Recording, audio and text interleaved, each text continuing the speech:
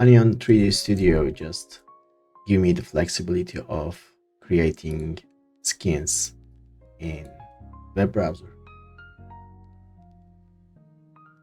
As you can see, there is no texture. So if you are using 3D Studio, you need to go to this section to see the texture. I can use one of these textures. Let's use this one. There is upload model section. There is also upload image. I will just drag and drop because we already have the 3D mesh. And this is my first time trying that actually. This is another mesh. This is Lila and this is her mom. And now I'm baking Lila's texture onto her mom. Oh, that's actually quite nice.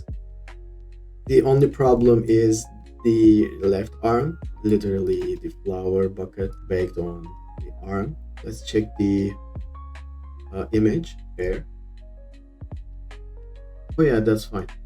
And yeah, that's actually looking quite nice.